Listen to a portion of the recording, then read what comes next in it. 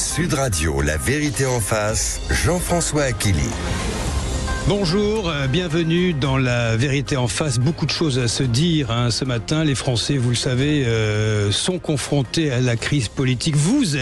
Nous sommes confrontés à cette crise. La messe s'est-elle déjà dite? Les oppositions confirment qu'elles vont voter contre la confiance le 8 septembre. Vous avez entendu ce matin Laurent Jacobelli, le porte-parole du RN, invité de Sud Radio. François Bayrou qui parie sur un sursaut de la nation. Pour l'heure, si l'on en reste là, fera ses valises le soir même. Et pendant ce temps, les patrons, les petits et les grands s'inquiètent.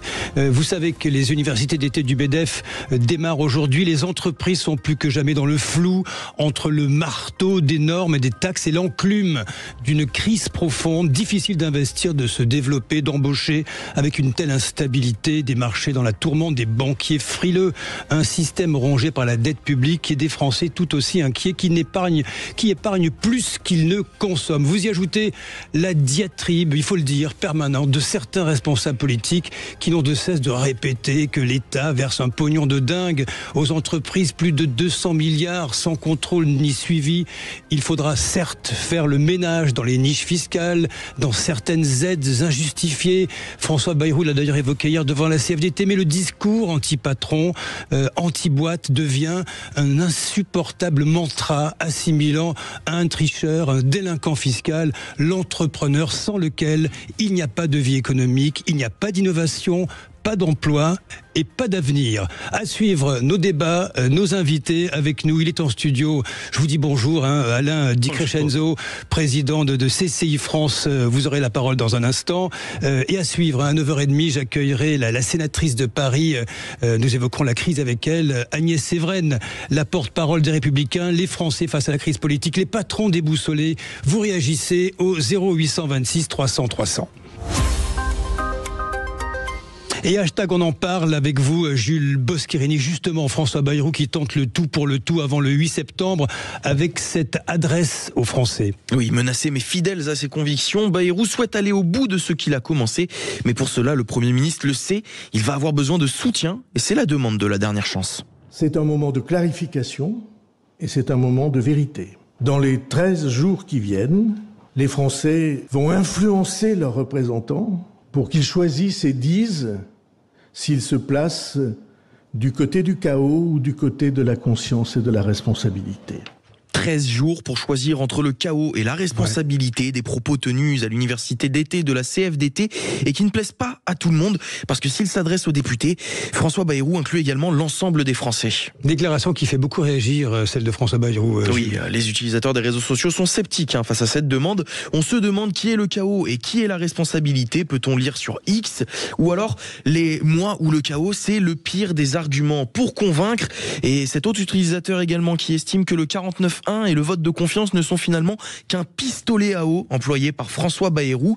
Et puis aussi ceux qui pointent du doigt le bilan depuis 40 ans de François Bayrou. Qu'est-ce qu'il a fait pour éviter le chaos? Finalement, en fait, personne ne soutient François Bayrou et il semble déjà avoir scellé son sort. Bon, le décor est planté. Merci Jules Boscherini. Bonjour et bienvenue Alain Di Crescenzo. Bonjour. Ravi de vous accueillir ce matin. Vous êtes le président de CCI France pour nos auditeurs. C'est le réseau des chambres de commerce et d'industrie. Il y en a combien? 121 chambres de commerce et d'industrie, donc en France, hexagonale et au niveau de l'outre-mer.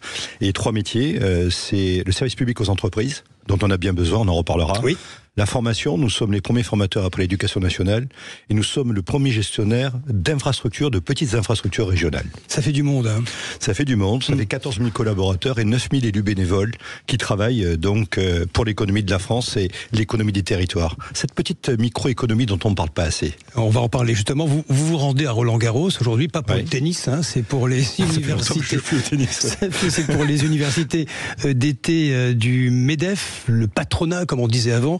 Le monde de l'entreprise subit ce contexte, Alain Di Crescenzo, j'ai presque envie de dire, est-ce qu'il y a une forme d'envie de peut-être de s'exprimer aujourd'hui? On va parler de ce sondage qui est sorti, qui est absolument sidérant, mais j'ai l'impression que les patrons subissent et ils ne peuvent qu'encaisser les coups aujourd'hui.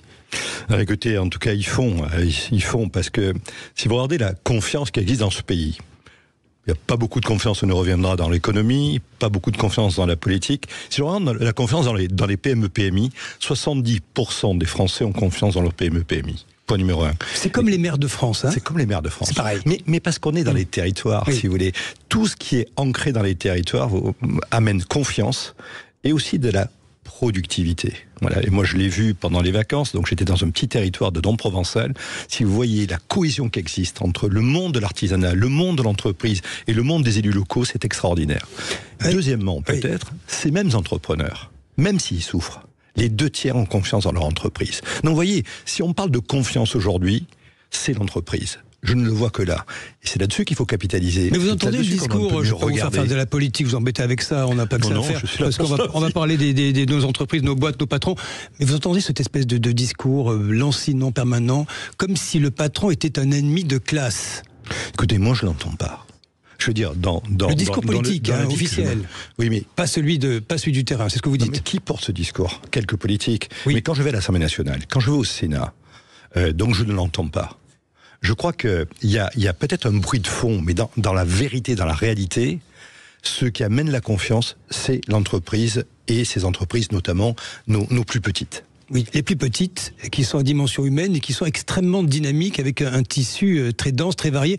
Alain Di Crescenzo, il y a cette enquête Odoxa, réalisée pour le journal L'Opinion et l'agence de relations publiques Confluence, qui révèle que les Français, écoutez bien, veulent du débat public, ils en veulent, mais pas tel qu'il se déroule aujourd'hui, avec ceux qui l'animent et qui sont, à leurs yeux, discrédités, à savoir les politiques, on va dire certains politiques, et les médias, certains médias. Ce qui est inédit dans cette enquête, c'est que 7 Français sur 10 souhaitent que les entreprises prennent davantage la parole, parce qu'elles sont en première ligne sur la transformation du pays, sur l'emploi, sur l'innovation, sur la recherche et les investissements. Alain Di Crescenzo, les patrons, on devrait plus les entendre. Mais écoutez, on en parlait hier justement, puisque étonnante, j'étais cette enquête, au conseil exécutif du MEDEF, et donc pour préparer la REF, et effectivement, on a fait part de ce constat, parce que donc il faut prendre comme tel, et donc on se dit qu'on a l'impression de communiquer beaucoup, mais sans doute pas suffisamment. Vous savez, peut-être le problème qu'on a, nous les chefs d'entreprise, c'est qu'on est beaucoup dans le faire. Et on doit travailler aussi le faire savoir. Je peux vous dire que de mon côté, j'y travaille, mais il y a sans doute des progrès à faire là-dessus. Mais je regarderai, quand je regarde ce résultat de ce sondage, si vous voulez, je me dis que si, encore une fois, je vais le redire, s'il y a quelque chose sur laquelle il faut capitaliser, s'il y a une colonne vertébrale, c'est l'entreprise. Et ce que je constate aussi, c'est que dans tous les cas, on ne nous écoute pas assez. Voilà, et donc c'est un peu le président de chambre de commerce d'établissement public de l'État qui le dit, mais c'est vrai que par rapport aux propositions que l'on fait, je pense qu'on n'est pas assez écouté. Et le problème de l'entreprise, et ce qu'on nous dit sur les entreprises, pour les entreprises et les territoires, c'est qu'elles ne sont pas assez écoutées. Pas assez écoutées. Pourquoi ? Parce que ce que j'entends dire, c'est écouter ceux qui font et ceux qui font vivre.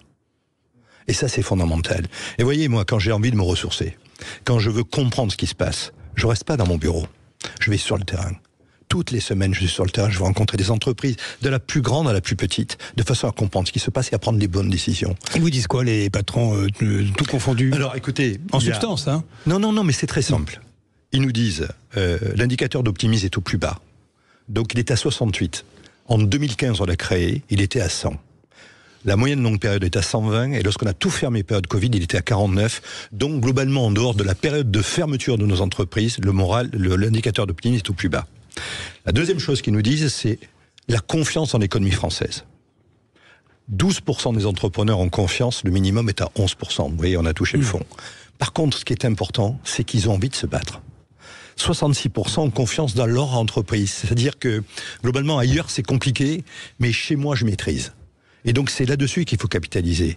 Et après, ils nous disent objectivement pourquoi ils souffrent. Ils souffrent pour les PME d'une dette qui vient, vous le savez comme moi, de la période Covid. Ils souffrent du manque de croissance, parce qu'il n'y a pas de croissance dans ce pays. Vous avez vu les annonces de l'INSEE, donc on est sur une croissance qui est à 0 quelque chose. Et ils souffrent d'une baisse des marges parce qu'il y a eu une pression inflationniste, et aujourd'hui, les entreprises n'arrivent pas à pricer, parce que la PME ne sait pas pricer. Donc ça veut dire qu'elles sont en difficulté. Mais moyennant quoi, Ils se battent, ils trouvent des solutions. Difficulté, pourquoi? Parce qu'il y a trop de choses qui pèsent sur les épaules des entrepreneurs. Alors après, il y a autre chose. Qu'est-ce qu'il y a? Qu'est-ce qui se passe? Qu'est-ce qu'ils veulent? Ils nous disent, aidez-nous à faire de la croissance. Mettez-nous en relation et faites savoir ce que nous faisons. C'était les trophées du commerce qu'on a fait ensemble. On a fait rencontrer nos commerçants. Et ça a été une grande bouffée d'oxygène. Deuxièmement, ils nous disent, aidez-nous à faire de la compétitivité. Mais là, il y a quelque chose, un serpent de mer, qui est la simplification. La simplification, ça ne coûte rien. Oui. Et donc c'est in boni pour tout le monde, mais on ne le fait pas. Pourquoi, d'après vous, personne n'y va? Tout le monde le réclame, mais je pense qu'il y a une peur, quelque part, peut-être de remettre en cause un dispositif. Nous, on l'a proposé. Ce qu'on a dit, c'est, écoutez, gratuitement avec nos budgets, c'est-à-dire les budgets des entreprises, on crée des panels, on va tester tous les dispositifs publics. Et on va regarder s'ils sont adaptés ou non, et on va les amender. Michel Barnier avait accepté donc ce dispositif. Aujourd'hui, on l'a toujours pas lancé. Sachez que pour passer de 9 à 10 collaborateurs, il y a plus de 27 changements de réglementation. Le seuil d'après, il y en a 4.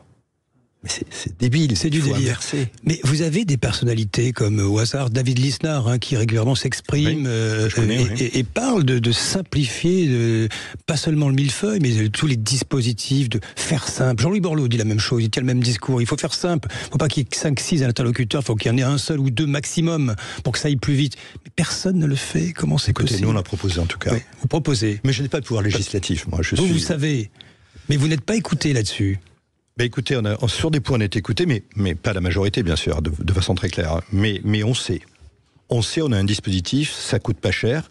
Il était même, si vous voulez, on était même aligné avec le Sénat qui avait proposé un dispositif de simplification.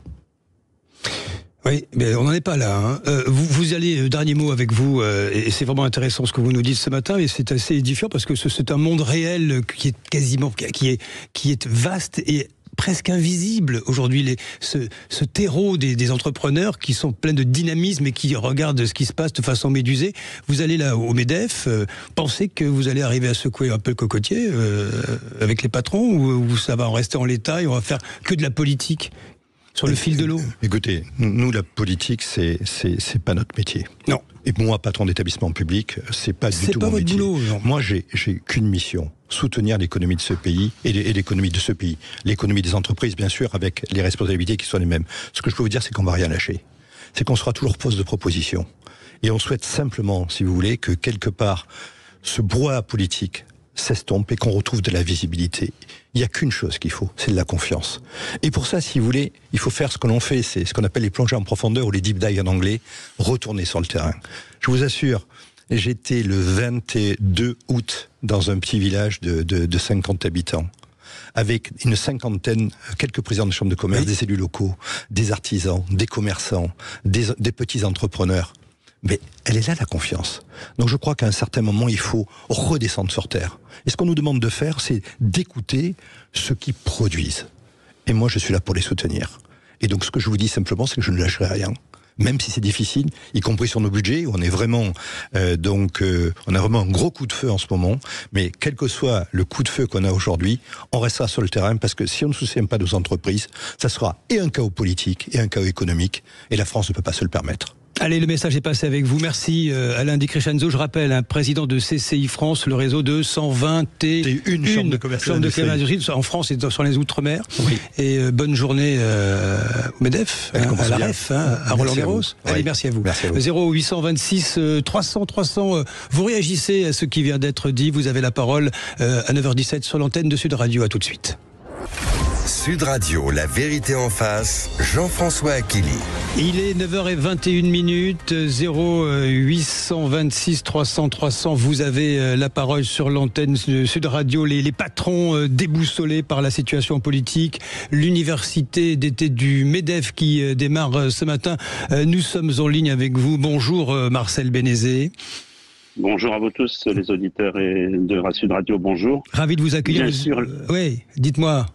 Président Mais bien sûr, l'inquiétude. Oui, attendez. Président de la branche. Vous êtes le président de la branche des cafés, bars et brasseries du GHR, le groupement des hôtelleries et restaurations de France. Marcel Bénézé, je vais vous donner la parole dans un court instant, rassurez-vous.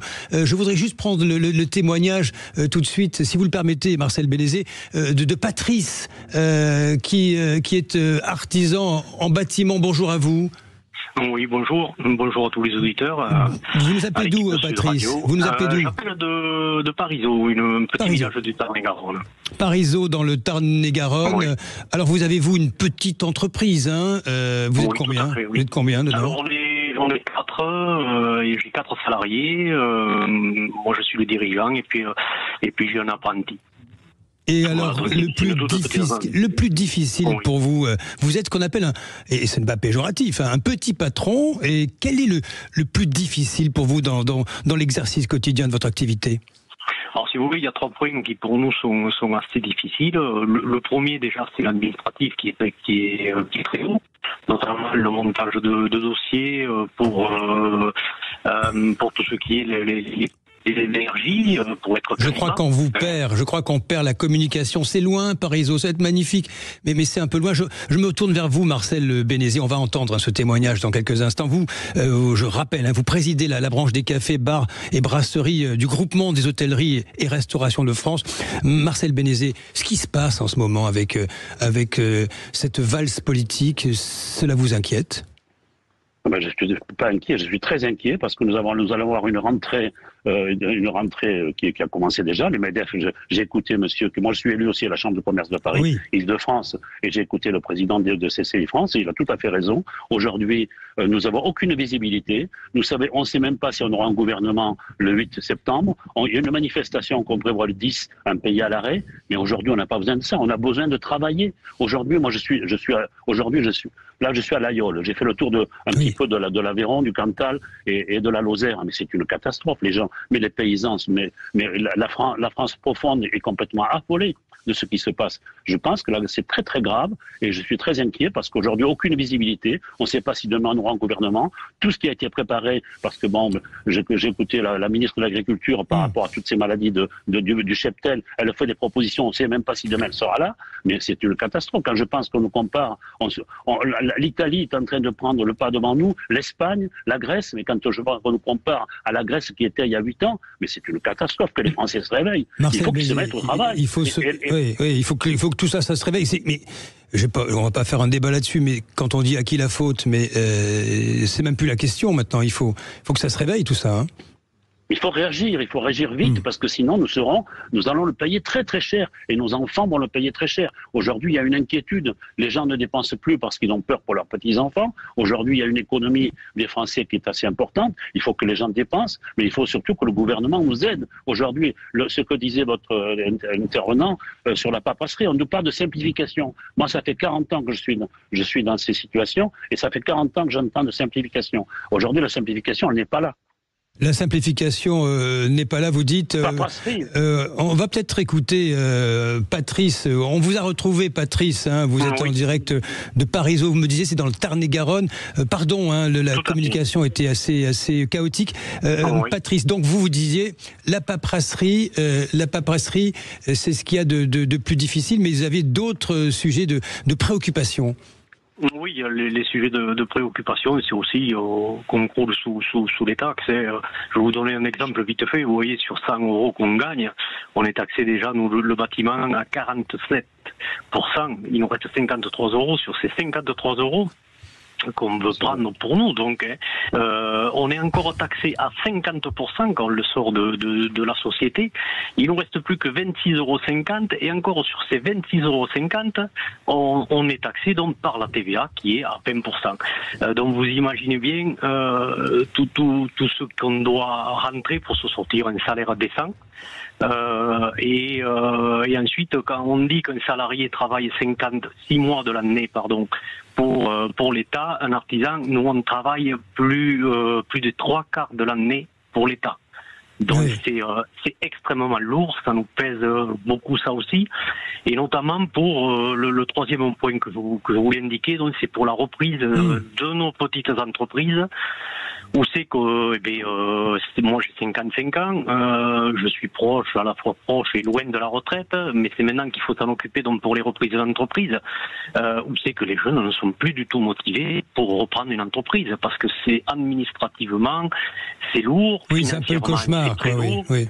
Oui, tout à fait. Donc, moi, l'avenir de mon entreprise, aujourd'hui, je sais pas du tout ce qui va être dans 5 ans, dans 10 ans, quand ça va être repris, quoi. Voilà. J'entends votre inquiétude. Merci pour votre témoignage, Patrice, depuis Parisot, dans le Tarn-et-Garonne. Marcel Bénézé, j'imagine, dans la branche, la vôtre, les cafés, les bars, les brasseries, la restauration. On entend le même discours. Tout à fait, parce que les charges sont les mêmes pour ce monsieur comme pour nous. Aujourd'hui, nous travaillons que pour payer des charges. Il reste rien. Aujourd'hui, la restauration est très affectée déjà par la malbouffe, parce qu'aujourd'hui, le pouvoir d'achat des Français est en berne. Ils achètent un hot dog plutôt que d'aller au restaurant. Ils achètent, beaucoup consomment dans la rue. Il n'y a qu'à voir les rues des grandes villes qui sont salies par des gens qui consomment sur place dans la rue, qui jettent les papiers par terre. Aujourd'hui, on est très très mal parce qu'on a des charges qui sont trop lourdes. Quand nous baissons les charges, nos tarifs ils sont adaptés par rapport aux charges qu'on paye, les loyers, l'énergie, le personnel, c'est des charges, c'est effrayant. Et la TVA, on n'est que des collecteurs. Mais aujourd'hui, la profession est en danger. Partout où je suis passé, il y a une grande inquiétude. Et en plus, ce gouvernement aujourd'hui qui risque de sauter, qui est infusible, c'est une catastrophe. Je veux dire, si demain on n'a plus de Premier ministre, qui va prendre la place? Aujourd'hui, on n'a personne. Personne ne va prendre une place. Et un gouvernement, dans 2 ans, nous avons des élections. Ça va être 2 années mortes. Et on n'a pas le droit on ne peut pas se permettre d'attendre 2 ans. Ce sera catastrophique. On sera comparable à la Grèce d'il y a 8 ans. Vous vous rendez compte d'un peu la France, qu'on était la première destination et la première économie de l'Europe. Aujourd'hui, on est à la ramasse. Moi, j'ai honte de mon pays, des fois, je vous assure. Moi qui suis fier d'être français, je vous assure, il faut que les Français se réveillent et qu'ils mettent un petit coup à l'étrier, qu'on bosse. Il faut bosser. Le travail vous donne tout dans la vie. Le travail, ça vous donne tout. Arrêtons de payer les gens à rien faire. Faisons-les travailler. Merci, j'entends votre émotion et votre message surtout qui est très fort ce matin, Marcel Bénézé. Merci pour cette intervention. Vous êtes, je rappelle, vous présidez la branche des cafés, des bars et des brasseries du groupement des hôtelleries et restaurations de France. J'entends ce cri du représentant que vous êtes au contact des réalités du monde de l'entreprise, bousculé par la crise, par les charges, par on va dire ce chaos politique que nous traversons aujourd'hui. La vérité en face, 0826 300, nous restons sur le sujet. Dans un instant, j'accueille Agnès Evren, la sénatrice de Paris, porte-parole des Républicains, présidente de la Fédération LR de Paris. Nous évoquerons la situation qui est en cours. Vous avez la parole. 9h29 sur Sud Radio. Vous nous appelez. Je rappelle le numéro 0826 300 300. Sud Radio, la vérité en face, Jean-François Achilly. Vous le savez, 0826 300 300, vous nous appelez comme vous le faites chaque matin dans La Vérité en face. Et nous parlons évidemment de la crise politique majeure que nous traversons depuis l'annonce de François Bayrou, également de l'entreprise, des entrepreneurs qui sont déboussolés. C'était d'ailleurs la une du Parisien aujourd'hui en France. Et avec aujourd'hui une invitée pour évoquer la situation politique, Agnès Evren, bonjour. Bonjour. Bienvenue dans ce studio. Vous êtes, je le rappelle, sénatrice de Paris. Vous êtes porte-parole de LR, les Républicains, présidente de la Fédération LR de Paris. Si vous le permettez, avec Jules Boscherini, peut-être un éclairage ce matin sur une des questions du jour. Quel en est le résultat? Alors la question était, craignez-vous que la France soit sous tutelle du FMI ou de la BCE? Et c'est le oui qui l'emporte à 50%. Et quand on regarde les commentaires, finalement, il se range plus du côté du non. Avec non, car l'épargne des Français est un gage pour prêter à la France. Non, c'est déjà le cas, cette dette est entièrement artificielle. Ou encore cette réponse, non, en raison du niveau de raquette des impôts que nous subissons. Merci à vous, Jules Boscherini. Agnès, c'est vrai, il n'y a pas que les patrons qui sont déboussolés, les citoyens, on dit les Français, c'est un terme générique, c'est nous tous. En réalité, pour vous, c'est une chose acquise. François Bayrou fera ses valises le 8 au soir. Très honnêtement, oui, c'est pas un secret de polichinelle. Oui. Quand on regarde l'arithmétique, c'est évident. Hein. C'est évident. Mais ce qui m'a surpris, en fait, c'est que François Bayrou a essayé, en fait, de mettre face à leurs responsabilités des irresponsables et notamment chez certains leaders politiques, face à leurs responsabilités. Et ça, évidemment, c'était un pari qui était perdu d'avance. Et donc, malheureusement, je crains que la situation soit gravissime, parce qu'aujourd'hui, on danse en fait sur une falaise. Il faut le redire, aujourd'hui, la France est face à un mur de dette et de déficit avec un trou gigantesque de 40 milliards d'euros. Et face à cela, on a des leaders, en effet, qui jouent tout simplement le chaos maximal dans le pays. Vous savez, ce qui plombe la France, en fait, ce sont, cette obsession de la présidentielle, où certains, entre une chance à la présidentielle et les intérêts de leur petite boutique, préfèrent malheureusement l'intérêt de la petite boutique. Je vous ai vu réagir tout à l'heure quand Marcel Bénézé s'exprimait, le président de la branche des cafés, bars et brasseries du GHR, très ému pour décrire une situation désastreuse et désespérée même des cafetiers, des hôteliers, en disant au secours, faites quelque chose, quoi. Il ne se passe rien. Mais je le comprends. Je m'adresse à la politique que vous êtes. Vous êtes sénatrice, vous êtes bien en place, vous êtes au cœur du système politique. Alors, dans celui qui est le plus stable, c'est le Sénat. Tout à fait. Oui, il y a la stabilité du Sénat au niveau national, et puis il y a les maires de France au contact des citoyens. Puis entre les deux, il y a quelque chose qui dysfonctionne. Le système politique dysfonctionne. Vous en êtes consciente aujourd'hui ? Mais complètement, et j'entendais parfaitement ce qu'il disait, et en effet, il y a de quoi être assez écœuré. Quand on regarde aujourd'hui la situation, les Français sont profondément inquiets de cette instabilité, de cette incertitude qui pèse aujourd'hui sur l'économie. L'économie, depuis la dissolution, est à l'arrêt. On a une croissance quasiment nulle. Est-ce qu'on réalise aujourd'hui que le taux d'épargne des Français culmine à 18%. C'est historique, et ça ne s'était jamais produit depuis 1981. Pourquoi ? Parce que tout simplement, par précaution, en fait. Le taux d'épargne, c'est le taux d'inquiétude des Français. Épargnent, exactement. Oui. Ils épargnent par précaution parce que aujourd'hui, ils ont en effet un pouvoir d'achat qui est en berne, et que cette situation, en fait, les angoisse profondément. Regardez aujourd'hui la situation des PME, des TPE, des ETI. Ils souffrent tous, et ils le disent. Comment on va sortir de cette situation ? Nous, chez les Républicains, vous savez, on n'est pas mariés avec la Macronie. On a regardé le projet de budget. Ça s'est bien senti, oui. On a regardé le projet de budget au mois de juillet. Mais la question centrale qui est posée aujourd'hui par François Bayrou, ça n'est pas celle-là. La question qui est posée par François Bayrou, c'est est-ce que oui ou non, il faut sortir de cette crise de la dette ? Et là-dessus, nous répondons oui. C'est pour ça qu'en cohérence et en constance, puisque nous sommes membres de ce gouvernement, nous allons évidemment voter la confiance. Mais toutefois, il y a des angles morts, évidemment, dans ce budget, et notamment ce que vous pointez à l'instant sur ces restaurateurs et ces petites PME et TPE, qui fait qu'aujourd'hui, on rémunère pas suffisamment le travail. Et nous voulons lancer un plan de lutte contre l'assistanat. Parce qu'aujourd'hui, il n'est pas normal de ponctionner la France qui travaille. Et donc, j'entendais cet auditeur, il a entièrement raison, ça n'est pas normal qu'on valorise, en fait, l'assistanat au détriment, tout simplement, de ceux qui travaillent, alors que il y a aujourd'hui un écart de rémunération entre le net et le brut qui est trop important. Donc, nous voulons, créer une aide sociale unique pour fusionner, en fait, les 30 aides sociales et éviter que les revenus de l'allocation ne soit pas supérieur aux revenus du travail. Voilà, pour arrêter de ponctionner, encore une fois, cette France qui travaille, on en a ras-le-bol. Ces pistes de transformation de l'activité de la société française, elles font l'objet de ce qu'on appelle la campagne présidentielle de 2027. L'idée, quelle était-elle ? C'est au fond, de participer à une espèce de gouvernement d'unité ou d'une union nationale, appelons-le comme on veut, là tout de suite, contre le phénomène de la dette abyssale. Et ensuite, on s'explique en 2027. Apparemment, vous avez joué à peu près le jeu chez LR, les Républicains, mais d'autres formations politiques, comme le Parti Socialiste, parlons des partis de gouvernement, n'en veulent pas. Ils veulent un renversement tout de suite, un départ du président de la République qui ne partira pas, il le dit au JD News, tout de suite. Est-ce que les institutions peuvent se permettre un chaos politique permanent, Agnès Evren ? C'est une très bonne question. Regardez aujourd'hui la situation de l'Assemblée nationale. Nous sommes dans une tripartition, un tiers. Une assemblée ingouvernable parce que totalement morcelée et fracturée. Eh bien, la société, aujourd'hui, est le reflet, en fait, de cette fracturation de l'Assemblée nationale.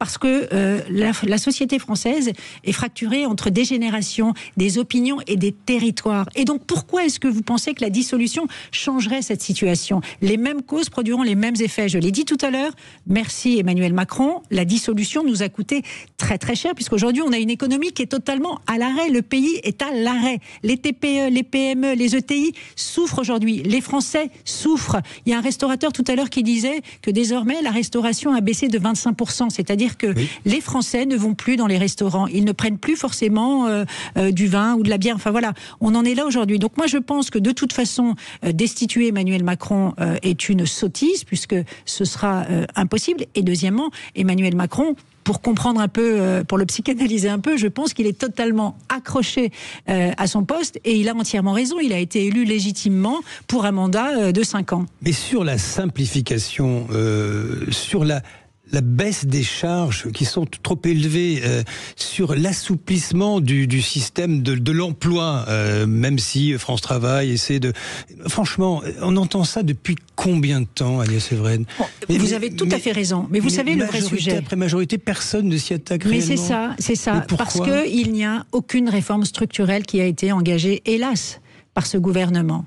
Et la difficulté, si vous voulez, c'est qu'on a en France, il y a eu un concours de lâcheté. Je le dis depuis 50 ans. Regardez, le niveau des dépenses publiques, le niveau des impôts et des prélèvements obligatoires, on bat tous les records. Et on devrait, compte tenu de tous ces impôts qui sont payés, être dans un paradis en France. Est-ce qu'on vit dans un paradis? Est-ce que les services publics sont au rendez-vous des Français?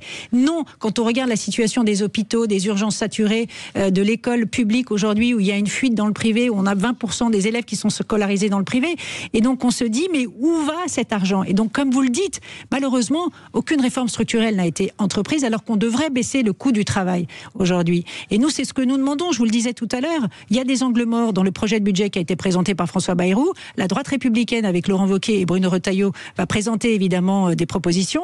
Le premier angle mort, c'est justement cette lutte contre l'assistanat. Et deuxièmement, vous le disiez, sur les impôts. Il est inadmissible aujourd'hui, que tous les efforts pèsent toujours sur les mêmes, ceux qui travaillent. Et donc il faut, nous on voulait en fait, notre plan c'était très simple, c'est 0% d'augmentation d'impôts et 100% de réduction des dépenses publiques. On a des agences de l'État aujourd'hui qui doublonnent, qui fusionnent, avec des comités théodules qui ne servent à rien. Hier devant la CFDT, il parlait de supprimer, je crois que c'est Amélie de Montchalin qui en a listé une 50aine des agences et puis certaines aides qui seraient injustifiées. Mais c'est le symbole du gaspillage de l'argent public, de cette surbureaucratisation de la France. Agnès Evren, quand même, la droite traditionnelle que vous incarnez a été longtemps au pouvoir. Nicolas Sarkozy avait fait, c'était son mantra, travailler plus pour gagner plus. Il s'est fait élire en 2007 avec cette injonction-là. Pourquoi tout ce travail-là de simplification, d'allègement de ce qui pèse sur nos entreprises n'a pas été fait ? Écoutez, ça ne vous a pas échappé, on n'est plus au pouvoir depuis 15 ans. Nous, ce sont nos convictions, mais quand on regarde aujourd'hui, par exemple, ce que propose la gauche, vous savez, la gauche aujourd'hui, elle a perdu le sens des responsabilités et des réalités. Quand on regarde le programme de la France Insoumise, il propose 260 milliards d'impôts supplémentaires. Personne au monde, dans aucun parti politique, ne propose autant d'augmentation d'impôts. Et donc, aujourd'hui, on a, des partis politiques qui sont totalement dans la démagogie et qui ne réalisent pas, encore une fois, qu'on a 3300 milliards de dettes et que jamais les impôts n'ont permis, en fait, de réduire les déficits. On l'a vu avec le choc fiscal de 2012, où François Hollande, en fait, avait fait une augmentation d'impôts telle que ça avait tué la croissance. Écoutez, Agnès Evren, il y a quand même la politique qui est jamais très loin dans cette histoire. On parle que de ça d'ailleurs, ça devient même agaçant pour un grand nombre de Français. Il y a une forme de cacophonie quand même quand vous voyez une personnalité comme Jean-François Copé, maire de Meaux et ancien ministre, ancien patron de l'UMP, qui dit Macron démission. Je la fais courte. C'est bizarre d'avoir des discours aussi divergents au sein de la même famille politique. Écoutez, non, c'est sa liberté de parole. C'est pas la première fois qu'il le dit. Ça fait des mois et des mois qu'il persiste et qu'il signe même. Moi, je pense que ça n'est pas la solution. Vous ne pensez pas que ça sape un peu l'ambiance, les institutions? Il y a fait quelque chose qui crée un petit peu pas une violence, mais dans le débat public, mais quelque chose qui peut libérer certaines, on va dire, un certain dérapage dans le discours public. Mais oui, mais parce que vous savez, beaucoup en fait considèrent aujourd'hui qu'on a l'impression de vivre le film Un jour sans fin, c'est-à-dire que moi ou le chaos, la responsabilité ou le chaos, et que finalement les choses se répètent. Quand on a appris tous avec une grande surprise cette décision l'occasion en fait d'un vote de confiance, ça a été le même effet surprise que la dissolution. On s'est dit mais comment est-ce qu'il peut espérer encore une fois obtenir un vote de confiance alors qu'on sait très bien que pour la France insoumise par exemple le seul moyen d'accéder au pouvoir c'est le chaos économique et politique et que donc évidemment il ne donnerait pas la confiance. Donc on se dit que la seule solution pour certains en effet c'est que Emmanuel Macron démissionne, mais il ne démissionnera pas. Oui, il l'a dit et redit au JD News. Agnès Evren, je vous propose de prendre un auditeur en ligne avec nous. C'est Laurent, hein, vous êtes à Mérignac. Bonjour Laurent. Oui, bonjour. Et vous voulez réagir à cette décision de François Bayrou de se soumettre à la confiance. Que dites-vous ce matin, Laurent ? Alors, ça est perplexe parce qu'on se demande quel est vraiment l'objectif d'une telle décision. Moi, François Bayrou, j'observe depuis le début, je trouve qu'il a un courage politique assez incroyable. Malgré les airs un petit peu bonhommes qu'il peut donner, il y va quand même. Maintenant, moi je suis un partisan de la dissolution. Hein. Parce que en fait, la dernière dissolution était vraiment une erreur du président.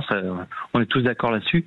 Mais elle a induit une bordélisation de nos institutions et ça donne pas un bon exemple à la société. Un arrêt des travaux parlementaires, ça n'avance plus. Et puis on se retrouve dans une situation d'une politique hyper agressive. Et qui se reporte sur l'ensemble de la société. Mais vous ne craignez pas que les mêmes causes produiront, comme le disait Agnès Evren à l'instant, les mêmes effets? Vous aurez vos 3 blocs à la sortie. Peut-être que je suis naïf, mais j'espère que les Français vont se rendre compte quand même que cette agressivité, où d'un côté on a LFI qui n'a aucun projet pour la France, sinon leur seul projet c'est de descendre le gouvernement et Emmanuel Macron. De l'autre côté, j'entendais Monsieur Bardella ce matin à la radio, un extrait de son interview d'hier, avec un programme économique qui serait juste une catastrophe. Moi, c'est les blocs centraux, les Républicains, tout le groupe central là. Mais qu'est-ce qu'ils font? Il faut qu'ils fassent leur travail, qu'ils présentent un vrai projet pour la France, parce que ces gens-là, en ne faisant pas leur boulot, ils ont fait le lit des extrêmes. Quoi. Nous vous répondons, Laurent. J'entends bien le message, Laurent, mais c'est une très bonne question, Laurent. Vous êtes en direct de Mérignac. Merci pour cette interpellation, Laurent. Rapidement, Agnès Evren, on entend ce qu'il dit, Laurent. Il y a une forme de déception. Ce sont les extrêmes aujourd'hui qui s'expriment et à juste titre, parce qu'il y a une attente forte dans le pays, mais ça finit par arriver. Vous savez, on aura tout essayé. Qu'est-ce que vous dites ce matin? Ça sera la conclusion. Écoutez, moi, ce que je regrette, c'est qu'on n'ait pas cette culture du compromis en France, où on est dans l'affrontement idéologique permanent, contrairement aux autres pays européens, où ils savent, en fait, quand la situation est dangereuse, se mettre d'accord. Et donc, il y a une révolution copernicienne à faire, à apprendre, en fait, aux partis politiques à dépasser leur clivage partisan dans l'intérêt du pays, tout simplement. Ce sera le mot de la fin. Merci pour votre regard ce matin. Je vous sens inquiète, Agnès Evren. Oui. Vous êtes inquiète. Je suis lucide. Oui. Et vous êtes lucide. Merci. Je rappelle, vous êtes sénatrice de Paris, porte-parole des Républicains. Enchanté de vous avoir reçu dans le studio de Sud Radio ce matin, présidente de la Fédération LR de Paris, avec une bataille municipale épique qui s'annonce. 9h48. Dans un instant, nous retrouvons l'ami Guy Carlier.